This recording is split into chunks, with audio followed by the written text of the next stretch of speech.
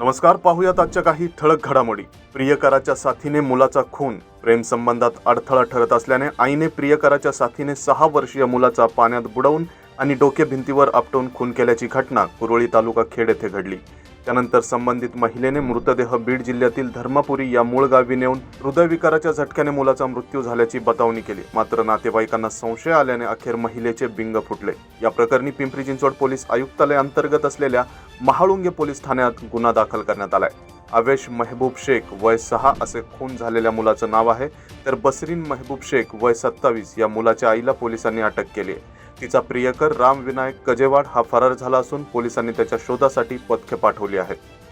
52 कोटींच्या bill प्रकरणी महापालिकेने नेमली चौकशी समिती। महापालिकेच्या अंदाजपत्रकातील तरतुदींमध्ये परस्पर वाढ घट करून विकास कामांची मोठ्या प्रमाणावर देयक दिली गेली, त्याबाबत स्थायी समितीने आक्षेप घेतल्यानंतर या चौकशीसाठी अतिरिक्त आयुक्त 1 यांच्या अध्यक्षतेखाली 5 सदस्यीय चौकशी समिती नेमण्यात आली।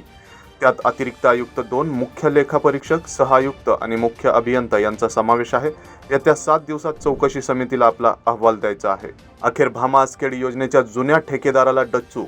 भामा-आसखेड पाणी पुरवठा योजनेच्या रखडलेल्या उर्वरित कामांसाठी पिंपरी चिंचवड महापालिकेने 84 कोटी 3,36,000 रुपयांची नवी निविदा काढली आहे। हे काम आधीच्या ठेकेदाराकडून काढून घेत आयुक्तांनी अखेर जुन्या ठेकेदाराला दूर ठेवण्याचा निर्णय घेतल्याचं स्पष्ट झालं आहे। नवीन निविदा 10 एप्रिल ते 16 एप्रिल या कालावधीत उपलब्ध राहणार असून 13 एप्रिलला प्री बैठक आणि 17 एप्रिलला निविदा उघडण्याची प्रक्रिया होणार आहे। यामुळे या कोट्यवधी रुपयांच्या कामावर आता कोणत्या नव्या कंपनीची मोहर उमटणार याकडे संपूर्ण शहराचं लक्ष लागलंय।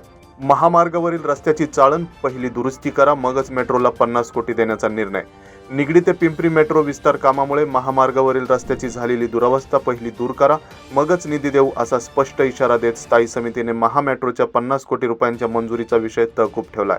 निगडीतील मधुकर पवळे पूल ते चिंचवडच्या एम्पायर उड्डाण पुलापर्यंत महामेट्रोच्या कामामुळे सेवा रस्त्यांवर जागोजागी मोठे खड्डे पडलेत। अवजड वाहनांची सततची वर्दळ, BRT मार्गातील जलवाहिनीची झालेली खोदाई यामुळे रस्त्याची कमी झालेली रुंदी, पर्यायाने वाहतूक ठप्प होते। त्यामुळेच मेट्रोचे बिल रोखण्याचा निर्णय घेण्यात आलाय।